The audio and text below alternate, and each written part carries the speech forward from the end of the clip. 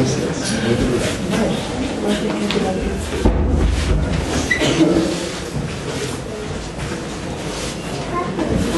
Muito boa noite a todos e a todas. É um prazer estar aqui trabalhando com vocês. Não é porque a gente é só servente de pedreiro que não tem importância numa obra grande, né? Cada um aqui tem um papel e o nosso papel pequeno, mas importante. Eu acho que nós estamos aqui, já não somos mais daquele que nos iludimos com o tamanho dos templos, né? Com os dourados dos templos. Tem muita gente que ainda acha que tem mais Cristo quanto mais dourado tem. Não dá para entender isso. Tem imagens do próprio Jesus, de Maria, de São Francisco. Tem imagem de São Francisco, conhecido como o pobrezinho da Itália, da Úmbria, que tem friso dourado na túnica dele. Eu não consigo entender como é que eles conseguem fazer uma coisa como essa, né? Então, aqui a gente aprende a valorizar a humildade, a simplicidade, já como uma mensagem já fundamental para as nossas vidas. Então, é um prazer e é uma honra estar aqui fazendo meu trabalho junto com vocês. Tem uma mensagem atribuída a Chico Xavier, que ela é maior do que isso, mas que resumidamente ela diz uma coisa muito importante para a gente. A vida é o amor existencial. Ciência é o amor que investiga. Filosofia é o amor que pensa. Religião é o amor que busca a Deus. Simpatia é o amor que sorri. Trabalho é o amor que constrói. Já a indiferença é o amor que esconde.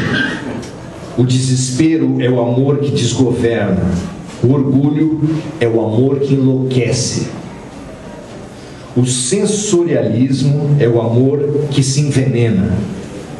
E finalmente o ódio, que a maioria das pessoas julga ser a antítese do amor, o oposto do amor, não é senão o próprio amor, que adoeceu gravemente.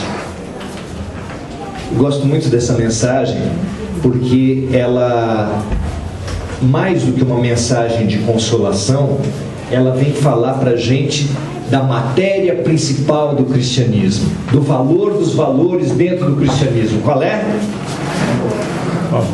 É o amor. O mandamento de Jesus: amarás o Senhor teu Deus de todo o teu coração, de todo o teu entendimento, de toda a tua alma. Mas há um segundo mandamento que é parecido com esse: amarás o teu próximo como a ti mesmo. Se tivesse que resumir numa palavra só, seria amor.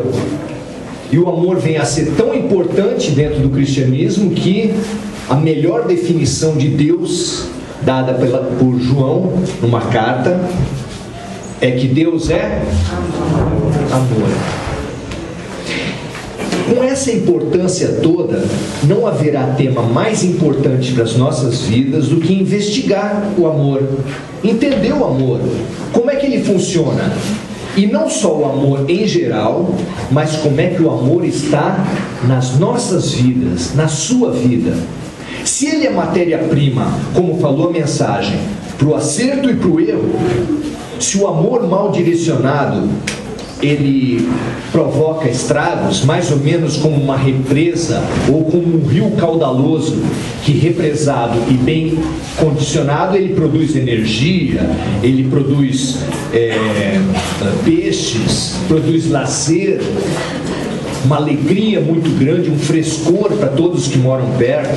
Uma delícia morar perto de um rio, vocês sabem disso bastante aqui. Mas se ele for descontrolado, se ele for mal cuidado, se ele não tiver os cuidados básicos de se permitir o assoreamento, por exemplo, dele, vai transbordar durante as cheias e vai, ao invés de ser uma fonte de vida, ele vai ser uma fonte de morte. E o amor é muito parecido com isso, conforme essa mensagem nos disse. O amor, ele também pode adoecer, ele pode ser mal direcionado. Quem nunca ouviu uma reportagem sobre um homem que bate na sua esposa e falar: eu bato por amor? Vocês já viram essa frase? Não é uma coisa interessante? Como é que se pode justificar bater numa mulher por amor? Dá para justificar? Mas quando a gente começa a falar assim: e filho, dá para bater por amor? Aí já causa uma polêmica. Porque a maioria das mulheres vai falar: de jeito nenhum, não tem nada que justifique um homem bater numa mulher, não é verdade? Feijão queimado, roupa manchada, justifica bater numa mulher? Por que não? Por que não? Todos temos direito de errar. O mesmo raciocínio vale para as crianças? Aí depende, aí começa as relatividades. Sabe por quê? Com todo respeito às opiniões contrárias, o Espiritismo não tem dogmatismo. A gente gosta de ter moral de conveniência.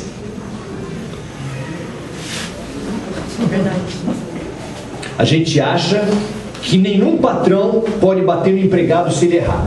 Pode? Nenhum homem pode bater numa mulher se errar. Mas quando a nossa moral se dirige para o outro, ela vai ser conveniente. Quem é o outro? A criança. A criança não tem voz. Você já viu alguma criança com cartolina na Paulista falando: não bata em mim? A criança não tem voz, então é fácil da gente bater. Tanto é que dificilmente alguém bate em um adolescente. Grandão desse tamanho.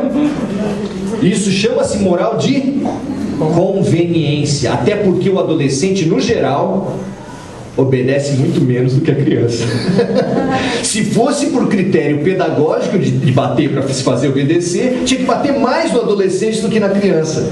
Mas a nossa moral de conveniência diz pra gente assim: não convém, ele é muito grande. Eles ficam muito grandes, com 15 anos de idade já ficam maior que a gente. Aí você vai fazer o quê?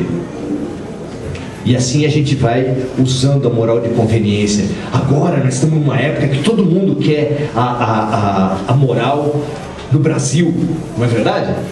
Quem não quer que o Brasil tenha uma revolução moral? Para os outros.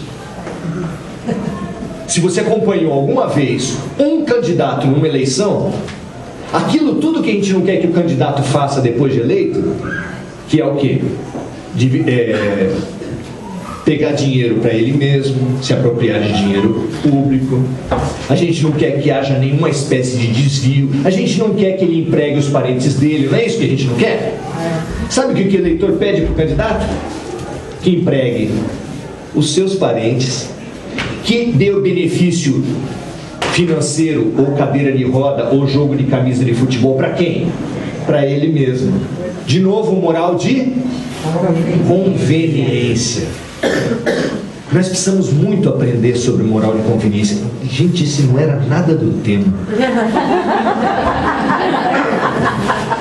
A gente precisa entender muito sobre moral de conveniência. Jesus, no Evangelho, no seu discurso mais longo, condenatório sobre a atitude de alguém, sabe o que ele falou? Ele falou contra os escribas e fariseus que falam para os outros uma coisa que eles mesmos nem de longe estão se propondo a fazer. Chega a chamá-los, sabe do quê? Sepulcros caiados. Sepulcro é túmulo, sabe aquela coisa de cemitério? Caiado quer dizer branquinho por fora e dentro cheio de podridão. E ele acusa os religiosos do seu tempo de serem hipócritas. Você já verificou que muitos religiosos têm essa mesma característica até 2000 anos depois? Ah, mas de outras religiões, no Espiritismo não. Não é verdade? Hipocrisia. Hipocrisia é exatamente o que Paulo nos alertou também para não sermos. Ele falou para a gente, para os cristãos assim: vocês precisam ser pessoas do sim, sim e não, não. E a gente lê aquilo e fala assim: como é que é sim, sim e não, não? O cara deve ser gago, né? Sim, sim, sim, sim, não, não. Não, não é isso não. Ele quer que as nossas palavras condigam com os nossos atos. Isso é importante? Claro que sim. Então, quando a gente vem fazer palestra aqui, eu não posso falar de vocês. Eu tenho que falar de quem? Tem que falar de nós. Estamos tudo no mesmo barco.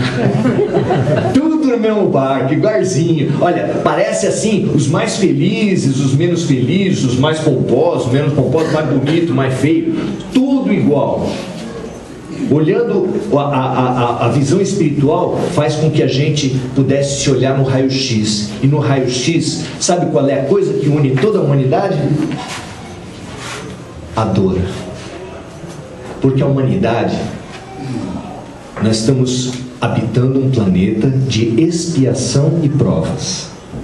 Um planeta de expiação e provas, ele tem como ponto de encontro de todas as pessoas, mesmo os seres de luz, mesmo os espíritos missionários que vieram aqui, sofreram? Sofreram pouco? Sofreram muito. Mesmo os missionários, que dirá nós? Certo? Que dirá nós? Então, nós temos um ponto de partida que é comum de todos nós, que é o ponto de partida da dor. Eu sei que vocês não, vocês vieram até uma casa espírita pensando em se encontrar com Deus, uma realização espiritual, né? Mas tem gente, pouca gente, que é tocado pela dor. Vem para cá por causa da dor mesmo. Essa gente somos nós. Eu estava falando de brincadeira, não sinta vergonha não. Todos nós vimos até uma casa de oração, tocados sim pela dor.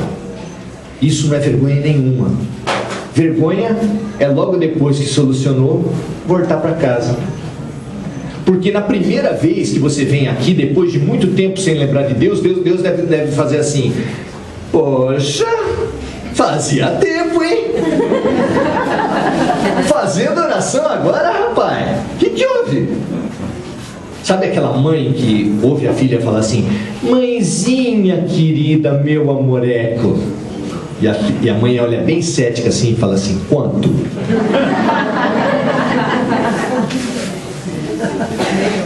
Nós, depois de muito tempo sem buscar Deus, a gente foi chamado pela dor.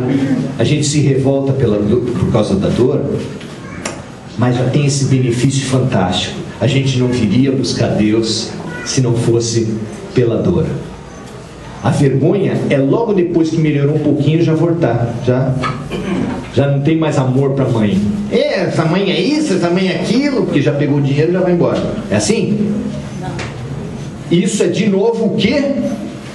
Moral de conveniência, religiosidade de conveniência, espiritualidade de conveniência. Emmanuel fala que mais que espiritualismo, mais mesmo que espiritismo, a humanidade está precisando de espiritualidade. Nós precisamos nos espiritualizar. Se isso for melhor, acontecer melhor na tua vida numa igreja evangélica, parabéns.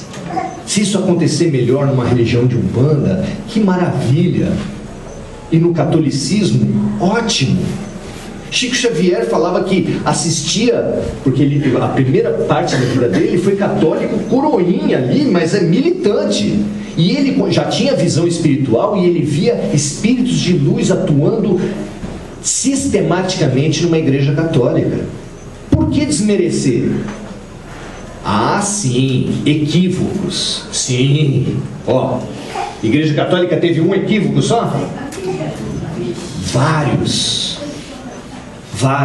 As pessoas lá acham, e ainda atuam hoje, como se você ficasse bem com Deus, batizando, vamos ajudar aí, crismando, depois o quê? Primeira comunhão, depois o quê? Casamento, né? Depois, logo depois do casamento, a extrema-unção. Né? Agora, vamos concordar. Adolf Hitler se ele estivesse à beira de numa cama e tivesse para morrer, e viesse um sacerdote e falasse para ele assim: olha, se você não se arrepender, você vai ficar no inferno para toda a eternidade no azeite quente. Você mesmo, se o sacerdote chega e fala isso para você, quando você está ali, já vê que o negócio, a porca já torceu o rabo, né? Você olha para o parente, olho cheio de água, olha para o médico, ele nem te encara no olho mais. Você já sabe que o negócio chegou a minha hora. Se o sacerdote falar isso, você arrepende ou não arrepende? Quem que não arrepende? É claro que se arrepende. Adolf Hitler ia se arrepender de tudo. Porque é só falar? É só falar, gente? Vocês acham que é só falar?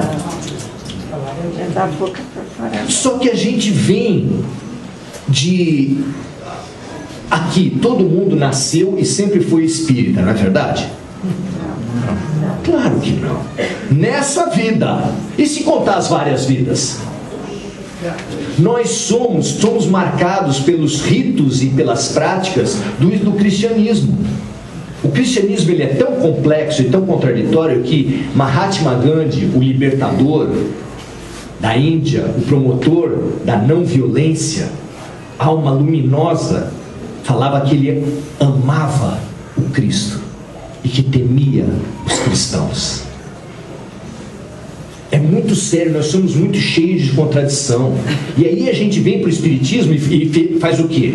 Sem raciocinar, sem pensar muito, você fica olhando o movimento. Chega até uma casa espírita e fica olhando o movimento. Aí fala assim, bom, então tem uma parte que vai uma pessoa lá falar, é que nem o catolicismo. O padre fica lá falando, aqui é palestra, só muda o nome, tudo a mesma coisa. E fala, bom, então tem que ouvir palestra para ficar bem com Deus. Aí alguns dormem, né? Mas aí a gente receita aquela estratégia do Tom. Tem um episódio do Tom e Jerry, do desenho, que ele precisa ficar olhando para ver se o ratinho sai da parede, mas ele está com muito sono.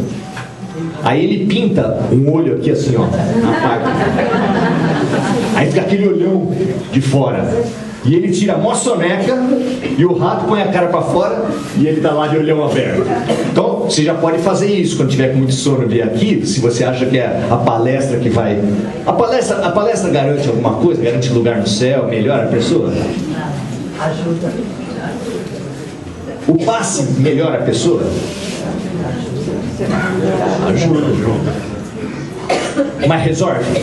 Não. O maior médium de todos os tempos, o médium mais luminoso que já passou pela Terra, a figura definitiva para a nossa iluminação espiritual, estimulou a gente a procurá-lo. Ele falava assim: vinde a mim, todos vós que estáis sobrecarregados, porque eu vos aliviarei. Ele não falou assim, seus problemas se acabaram.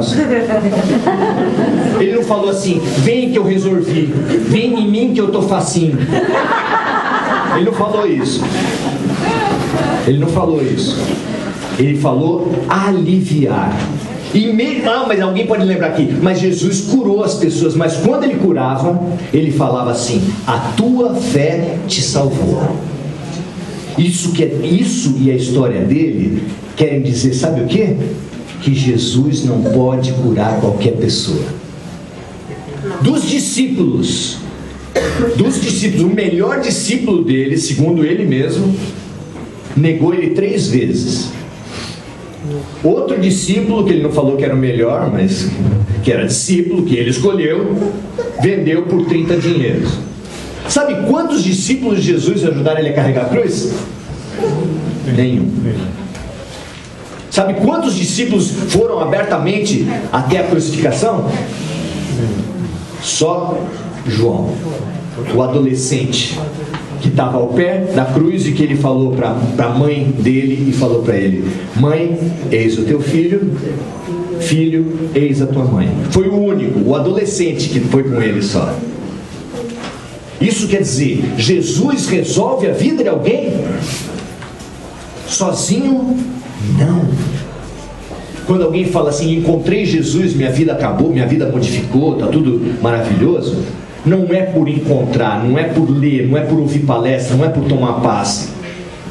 É o que o passe, o que a palestra, o que o evangelho, o que a prática religiosa produziu em você.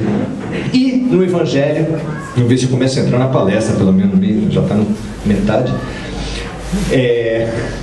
No evangelho conta uma história muito interessante e fala de uma mulher. Vocês sabem que a Palestina é uma região muito seca e que não tinha água encanada, era um problema. A Sabesp era muito problemática lá, né? Aqui também, eu sei. Mas eles precisavam se abastecer e uma mulher ia toda semana com seus potes num poço, porque era assim que ela se abastecia. Toda semana levava os seus potes num poço e ela foi, naquele dia, como todas as tardes, cheia de potes, e foi até o poço. Lá ela encontrou um homem na beira do poço, mas chegou ali e começou a pegar a água. Aí ele falou assim: você vai pegar dessa água? Ela falou assim: vou, toda semana eu faço isso, já faço isso há muito tempo. Já era uma senhora. Ele falou assim: mas essa água aí, você vai tomar agora, daqui a algumas horas você vai ter sede de novo.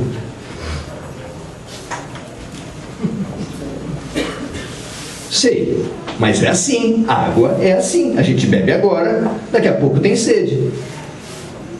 Mas não precisa ser assim sempre. Existe a água que eu te der, ela vai brotar dentro de você e vai saciar toda a sua sede. Daí ela falou assim: então me dá dessa água. Daí ele falou assim: eu sou a água viva. Quem beber de mim nunca mais terá sede. Nós carregamos nas nossas vidas atitudes que a gente já faz há muito tempo. Vocês não acham que a gente repete as coisas, faz coisas que a gente já não está mais nem pensando? Os espíritos contam pra gente que tem pessoas que estão na mesma atitude de uma reencarnação há várias vezes. Tem suicidas que se suicidaram já mais de 20 encarnações seguidas. Mais de 20 encarnações seguidas. Parece aquele alcoólatra que bebe quando o time ganha, bebe quando o time perde, quando empata também. E no dia que não joga, para preparar, porque a concentração, né, também precisa para alguma coisa.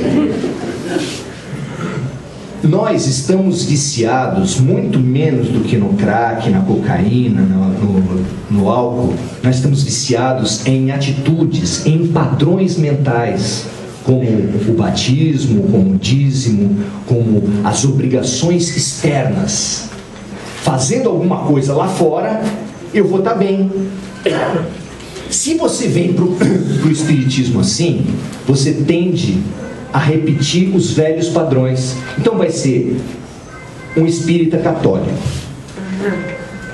um espírita evangélico, certo?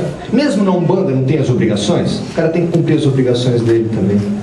Obrigações externas, você vai lá, compra isso, faz o trabalho disso, ou paga o dízimo, ou cumpre os sacramentos, e você está de bem.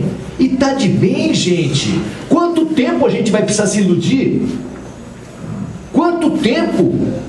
São 40 mil anos de Homo sapiens sapiens. A nossa espécie está na Terra há 40 mil anos. Desses 40 mil anos, nos últimos nesses 40 mil anos, nunca ficou um ano sequer uma comunidade da Terra sem uma orientação espiritual. Nunca. Um pajé, um médium, porque a mediunidade é muito anterior ao espiritismo, sempre aconteceu. Um orientador espiritual nunca ficou uma comunidade sem.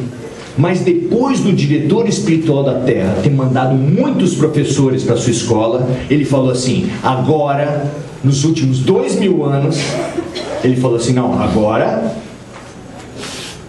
vai a lição principal. E quando você tem uma lição principal, quando você tem um trabalho muito importante para fazer, você manda alguém fazer? Vai lá você e faz. Sabe por que Jesus veio ensinar a missão dele, pessoalmente? Sabendo de tudo que ele ia sofrer? Porque tem lições que não se ensina teoricamente. Tem lições que se viesse alguém aqui e falasse assim, olha, amor é isso e tal, seria fácil. Mas não resolve. Porque tem lições que você precisa exemplificar. Então o pai alcoólatra se encontra com o filho alcoólatra e fala assim, meu filho, larga a bebida. Isso não te leva a nada. Dá certo? Claro que não. Claro que não. Porque não tem a autoridade do exemplo. Os antigos falavam assim, um exemplo vale mais do que 1000 palavras. E para ensinar o amor? Como é que Jesus ia ensinar o amor? Como é que alguém ia ensinar o amor se não fosse exemplificando? Não tinha jeito, aí ele veio pessoalmente. Agora, para vocês atestarem a nossa situação. 2000 anos atrás veio o diretor da Terra, deu a lição do amor. Depois dele, ele mandou Francisco de Assis, Santa Clara, inúmeros missionários, muitos deles nem viraram santo. Francisco Cândido Xavier, mais modernamente. Um monte de outros professores ele foi mandando depois. Todos aqueles que foram encarnados ao tempo de Jesus e que vieram nesses 2000 anos, que aprenderam a lição do amor, não precisam mais reencarnar na Terra. Não é uma beleza, é isso? Para eles. Porque e nós? Estamos fazendo o que aqui? Por que vocês acham que nós estamos encarnados no último minuto da transição planetária? Em missão, né? Não. Nós somos seres de luz que estamos espalhando e exemplificando o amor para todo mundo, não é isso? Se não é, por que será que nós estamos aqui até agora? Calcula 2000 anos, a cada 100 anos uma encarnação. 20 encarnações. Na escola da Terra, se você repetir 3 anos, você é multirepetente. 20 encarnações e nós não aprendemos a lição do amor. Nós somos o quê? Multi. Parta dedo para falar quantas vezes nós somos repetentes. Essa é a má notícia. Nós precisamos ter clareza do grau da nossa teimosia. Nós precisamos ter clareza do grau da nossa dureza, do nosso orgulho, da nossa vaidade. Nós precisamos saber disso. Saber que nós, em 2000 anos de exemplo do próprio Mestre e mais 38 mil anos de ensinamento dos mais variados discípulos, nós não conseguimos aprender. E bilhões conseguiram e não encarnam mais. A boa notícia é que se você está vivo é porque ainda dá tempo. Ainda dá tempo. Porque Jesus e Deus não desperdiça um segundo. Se você acha que está muito velho para aprender alguma coisa, belisca. Se doer, é porque ainda dá para aprender muita coisa. Ninguém ocupa cadeira de graça à toa. Ninguém está aqui por acaso, erraram, quebrou o computador do céu e você ficou. Não tem chance. Se você está aqui é porque você tem razão para isso. Então, o amor nosso precisa ser investigado. E sabe como é que é o nosso amor? Nosso amor é assim. Quem gosta de animal aí? Quem gosta, né? A gente não gosta de passarinho? Ouvir passarinho cantando, não é bonito? Não é verdade? É uma alegria. Aí qual é a atitude de muitas pessoas quando vê um passarinho cantando bonito? Põe numa gaiola. Aí você está andando no mato e vê uma planta bonita. Lá em Santos acontece pior. Tem aquele gramadão, às vezes fica bem florido. Você vê umas senhoras distintas, rapaz. Distintas. Tem a capacidade de levar lá a sua pazinha, aquela olhadinha.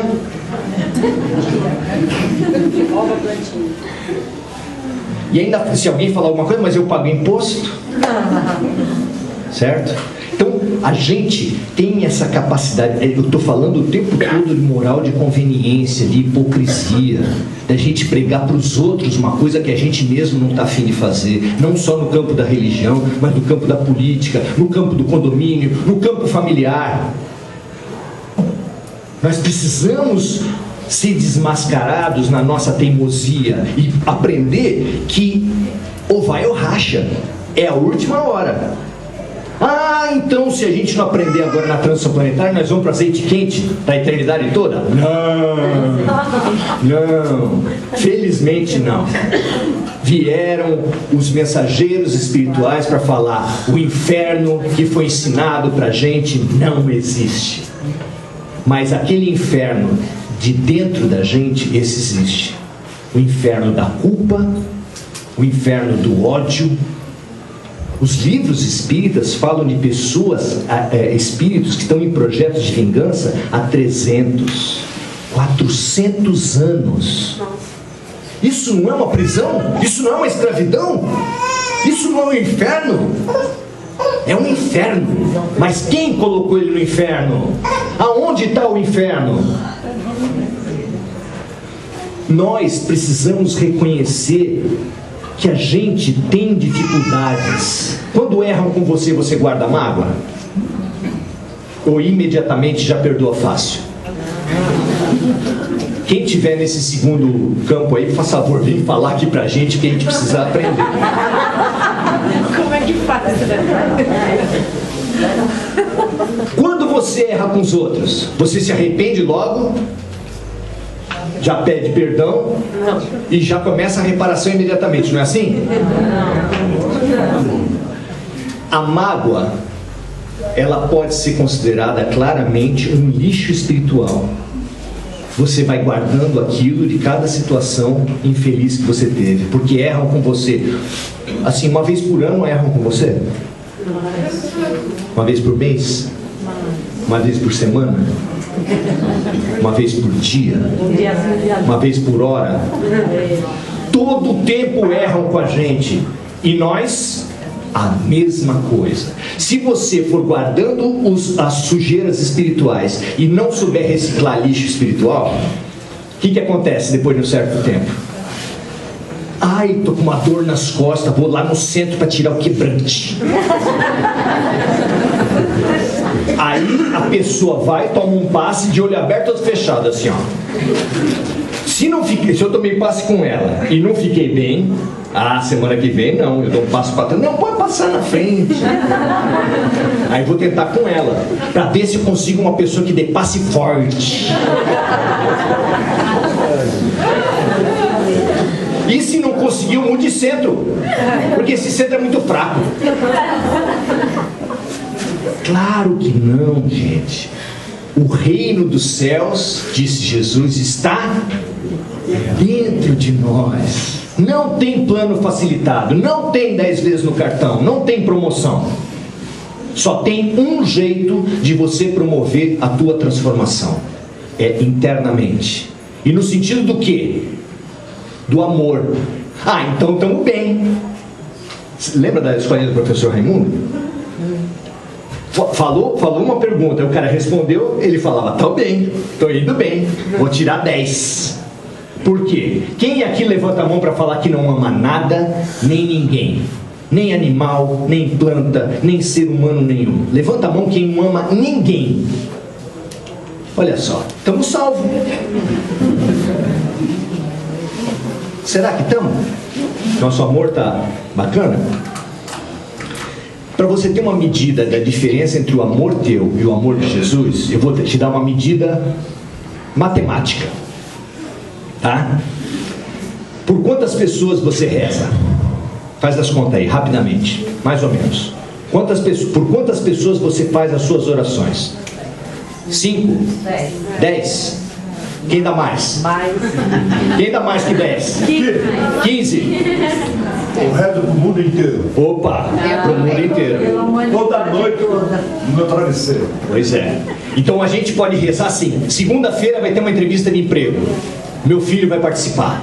Aí você reza assim: Deus, por favor, ajuda todos aqueles jovens a aprenderem com aquela oportunidade, a crescerem com o momento da entrevista de emprego, a entenderem quais as suas dificuldades, crescerem com aquilo e poder distinguir o que é melhor para a sua formação profissional e tomarem as boas decisões para a sua vida. Não é assim que a gente reza?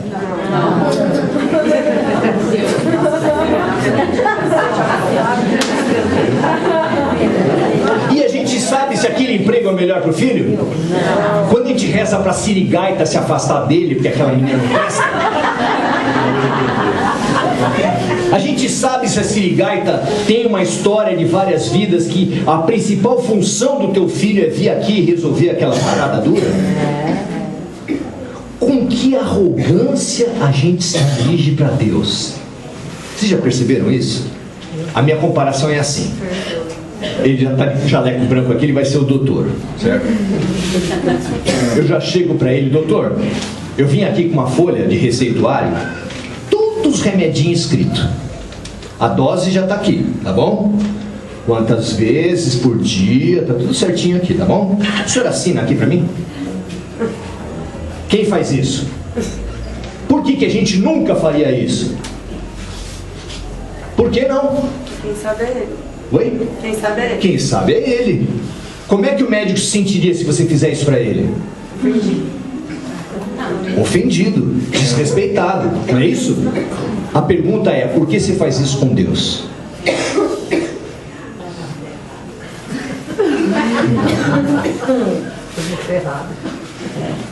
A gente já sabe o que é bom para a nossa vida. A gente já pede para Deus as coisas tudo montadinha, tudo bonitinha, como se a gente soubesse tudo, e nem percebe a pegadinha que Jesus colocou para a gente falar.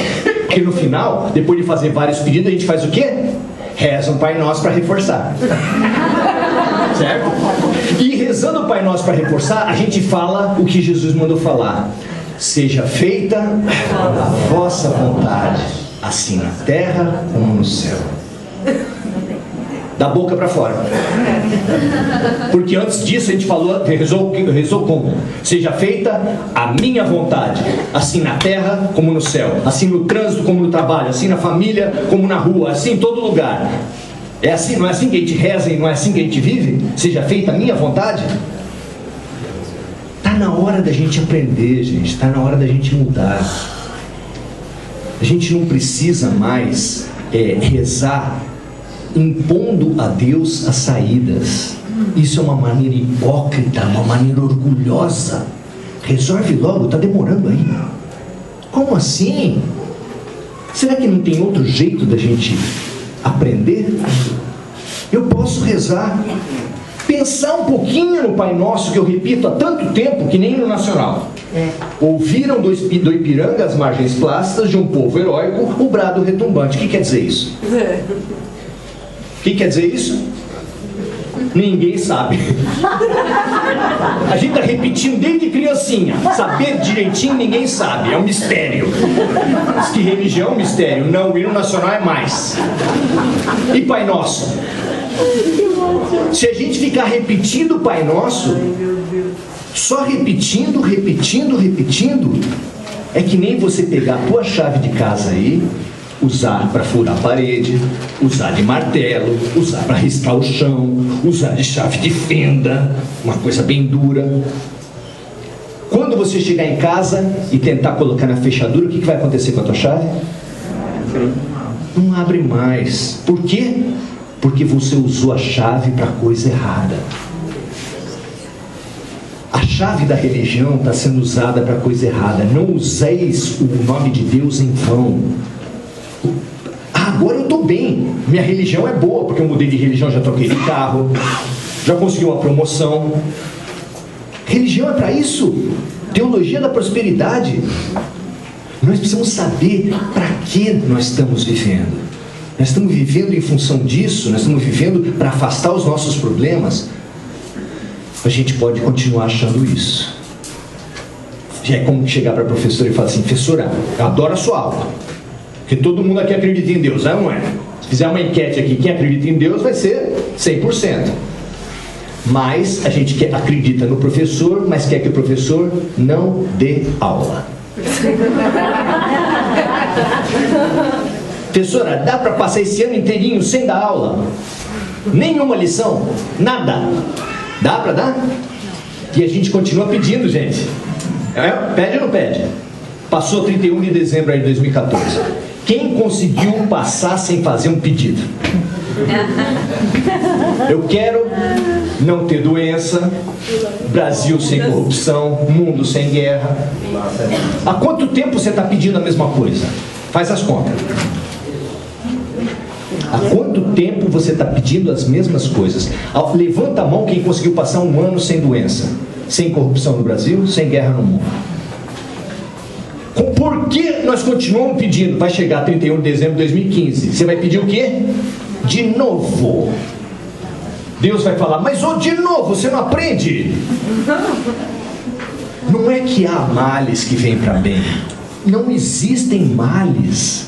Não existe vítima na terra. Será que a gente consegue acreditar nisso? Ai, eu estou sendo punida. Você vem do catolicismo, vem de outras religiões para o espiritismo e acha que a lei do karma é uma lei de punição, que Deus é um condutor de cavalo, que o cavalo sai do lado e ele dá uma chicotada para o cavalo voltar. Ah, tá vendo? Deus não mata, mas é chata, olha lá. Não é assim. Deus é amor, ele só tem uma pedagogia. Por ele, nós todos aprenderíamos pelo amor. Mas, quando a gente não aprende pelo amor, precisa ter outro método. Você já tentou acordar gente que tem sono pesado? Você começa como? Amorzinho, tá na hora. É ou não é? Na quinta vez, amor. Na 10ª, você já puxa a coberta, já abre a janela, faz barulho. Se for emprego, se for escola, você vai desistir? Você desiste do teu filho, desiste do teu marido, desiste da pessoa que você ama? Deus não desiste nunca de nós. Se você tem sono pesado, ele vai precisar dar uma chacoalhada. Ele vai precisar deixar que um dê uma chacoalhada no outro. Por quê? Porque você não acorda. Paulo, nas suas cartas, fala assim: acorda tu que dormes. Está lá escrito, mas dá a impressão que ele pega no ombro da gente. Acorda! Nós precisamos acordar. E acordar é nos desligarmos definitivamente da atitude, do padrão da hipocrisia, da moral de conveniência. Nós precisamos admitir quem nós somos, admitir a mesquinhez do nosso amor e tentar distinguir na proposta de Jesus que amor é esse. Eu falei da distância quantitativa. Se a nossa oração vai para 15, 20, ninguém chegou a 20, mas eu já estou dando um crédito, né? Tem inflação. Jesus reza e trabalha incessantemente por 22 bilhões de almas afetas ao planeta Terra. No máximo, a gente vai rezar por 7 bilhões, que é o que a gente vê. Mas são 22 bilhões entre encarnados e desencarnados que são afetos à escola Terra, pelo menos. E ele reza por todos eles. Qual é a maneira que a gente vai se aproximar de 15 para 22 bilhões? Tem distância? Tem distância de 20 para 22 bilhões? Essa é a distância que separa a gente de Jesus Cristo. Vamos conseguir nessa vida ainda? Não, mas nós podemos fazer exercícios. A moça que ia com os potes para garantir e para amoldar a água, que é o amor, dentro dos seus das suas caixinhas, dentro dos seus formatos, ela foi lá e viu o amor em pessoa. Reconheceu? A gente está buscando os nossos amores. Há mulheres que falam assim: meu marido não me ama, nem ciúme tem. E quando tem ciúme, bom, sempre vai ter reclamação. Marido e mulher não tem muito jeito, meu amigo. Você vai preparando a tua palestra, mas você já sabe disso, né? Não tem muito jeito, porque a gente realmente está sempre se aperfeiçoando e sempre se picando, e às vezes não perde a capacidade de ver o positivo das pessoas. Mas isso não é só no meu casamento, deve ter em todos, porque é normal. A gente perde essa capacidade e deve ganhar de novo, porque só ganha o reino dos céus aquele que nascer de novo. Se você chegou numa altura do casamento que você já começa assim, já sei o que você vai falar. Como é que você já sabe o que você vai falar se nem falei ainda? Não, porque eu já sei como você pensa. Como é que é? Não, eu já te conheço. Peraí, Sócrates falou conhece a ti mesmo, Jesus falou conhece a ti mesmo, e você já me conhece? Sem nem eu ter conhecido? Isso continua sendo moral de conveniência, continua sendo vaidade, continua sendo arrogância. A gente precisa reconhecer em que estágio espiritual a gente está e ver na vida as oportunidades de crescimento. Como é que se dão as oportunidades de crescimento nas nossas vidas? Como a gente vai perceber as oportunidades de crescimento? Tem uma passagem muito usada por todas as religiões cristãs para falar do tempo da transição planetária. Fala que Jesus, eu vou contar com as minhas palavras, porque não vou repetir as palavras por palavra do Evangelho, mas fala que Jesus estaria no final dos tempos, sentado no seu trono perante todas as nações da terra. E começaria a separar alguns à sua direita e outros à sua esquerda, como um pastor separa as ovelhas dos bodes. As ovelhas à sua direita e os bodes à sua esquerda. E aí os que foram separados para a sua direita, ele falou assim, bom, vocês então são os escolhidos, vocês atenderam. Mas por quê? O que nós fizemos de bom? Porque vocês me deram de beber quando eu tinha sede, me deram de comer quando eu tinha fome. Quando eu tive uma doença, vocês me foram tratar. Quando eu fui preso, vocês me foram visitar. E eles falaram assim, eu? Quando foi que eu fiz isso? Você fez isso a cada vez que você ajudou um dos pequeninos da terra. Quando você pensou que estava ajudando uma outra pessoa, você estava ajudando a quem? A quem? Jesus. Raimundo Nonato? Não. Você está ajudando Jesus a cada vez que você ajuda uma outra pessoa, cada vez que você se coloca no lugar dela, cada vez que você aceita o exercício do amor, porque se é certo que nós não vamos conseguir o amor de Jesus Cristo, é certo também que como qualquer professor, ou mais do que qualquer professor, Jesus vai passar para todos nós exercícios que nós somos capazes de fazer, de melhoria do nosso amor. Como é que a gente melhora o amor da gente? Melhora o amor exercitando. Exercitando como? Se você gosta de cachorro, se você gosta de bicho, cuidar de bicho é um exercício de amor ou não é? Se você gosta de planta, é um exercício de amor ou não é? A fala da colega, se você gosta de natureza, tomar medidas, medidas de preservação da natureza da sua cidade, é uma medida de amor ou não é? Mas ela pode não ser. Você já viu duas pessoas com cachorro na rua falando assim, não, cachorro é uma maravilha, eles são bacanas, fiéis, carinhosos, etc. Mas ser humano... Filho, é um exercício de amor ou não é? Lógico que sim. Claro que sim. Mas pode não ser. Pode não ser. Tem um antigo ditado que falava assim, cuide das suas cabras, porque meus bodes estão sortos. Isso quer dizer o quê? Amor de cerquinha. Eu amo só os meus. Os outros que se danem, porque o local não permite falar palavrão. Então, amor conjugal pode ser um exercício de amor ou não pode? Pode. Mas é sempre um exercício de amor? Nem sempre. Qual é a diferença do nosso amorzinho para o amorzão de Jesus? Nós precisamos perceber isso para entender o convite. Porque não tem uma pessoa, e o Espiritismo vai te ensinar isso como ninguém, como nenhuma outra doutrina.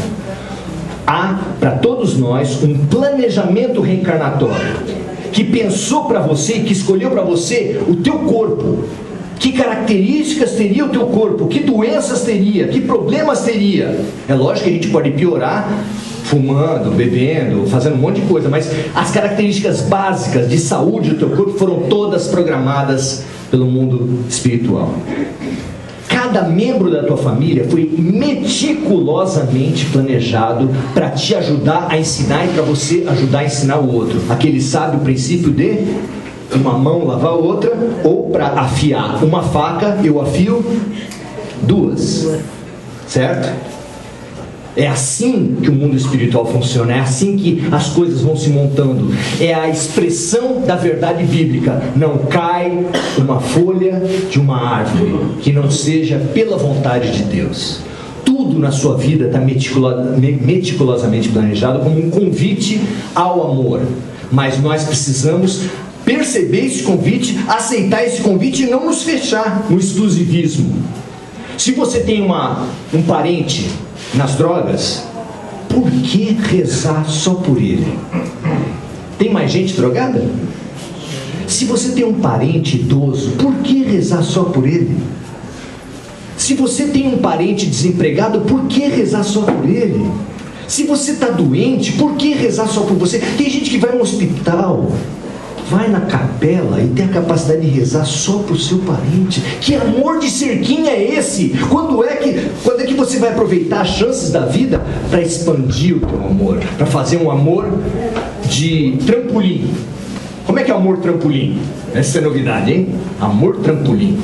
Você usa o amor, usa as dificuldades da vida para pensar em todas. Eu tenho uma sobrinha autista. Quando eu rezo por ela, eu penso em todas as crianças autistas que tem.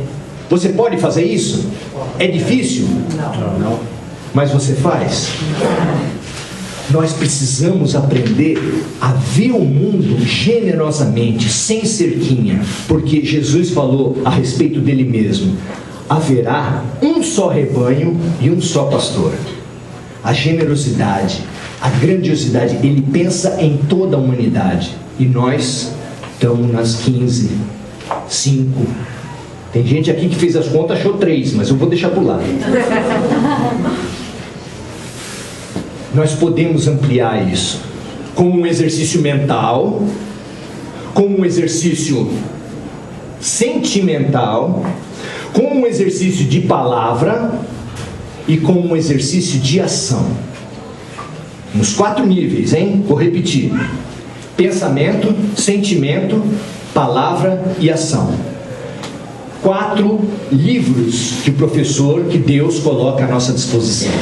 O centro aqui ajuda algumas pessoas? Ajuda. Da cesta básica ajuda alguém? Ajuda.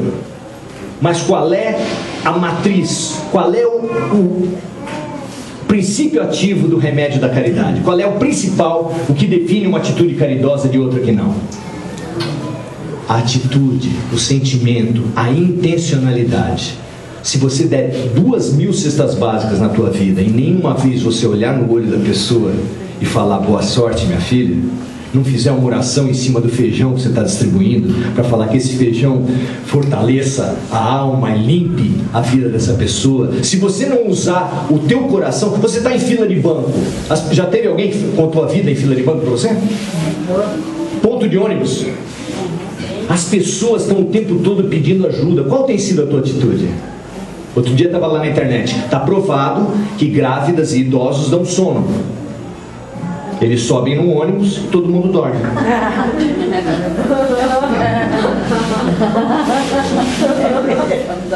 Como tem estado a tua atitude perante os pedidos de ajuda? Sogra pede ajuda pra gente? Sogra, síndico de prédio. As figuras mais antipáticas do mundo estão colocadas na nossa vida para nos chamar a atenção. Quando Jesus falou assim, amai os vossos inimigos, você fala, não, aí ele delirou. Aí é demais. Não delirou. Só o inimigo te presta um serviço único. Não tem amigo que presta o serviço que o inimigo presta. Ele escaneia a tua alma até achar o teu ponto fraco. Quando ele acha o teu ponto fraco, ele faz o quê? Cutuca, mexe. Exatamente o que o médico faz para fazer o diagnóstico. Médico antigo, agora é só exame. Mas antigamente ele parpava. até achar uma dor. O inimigo faz diagnóstico espiritual das nossas almas. A gente pode olhar a vida com mais maturidade, mais generosidade. E aí a gente, ao invés de brigar com a dor, ao invés de brigar com a vida, a gente vai aprender a fazer exercício. O exercício da oração é fundamental. Não a oração decorada, oração, como é que eu digo? Hino nacional. Oração hino nacional, não. Você faz faxina espiritual na tua casa? Quem faz aí? Chama-se, mais conhecida como Evangelho no Lar. Quem faz aí?